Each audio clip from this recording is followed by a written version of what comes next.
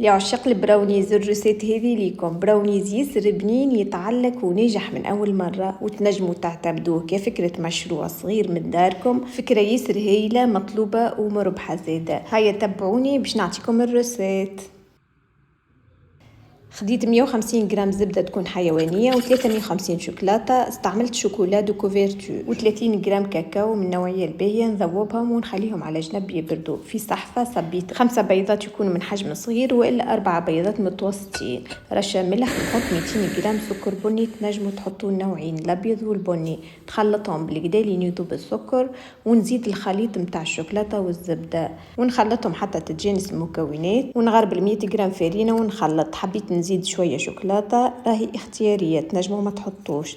نخلط كل شيء مع بعضه ونصب الخليط في طبق 20 على 30 مغلف بالبابي كويسون، وندخله للفور يكون سخون على 180 درجة، ونخليه يطيب مدة 25 دقيقة باش يجيكم يتعلق وما يجيكم الشايح. البراونيز متاعي بعد ما طاب قصيته الشرائط وبعد قصيته المربعات صغيرة. كمل زينته بالجانش وشوكولا، وهكا تتحصلوا على أبن براونيز بكمية كبيرة والبنة مضمونة.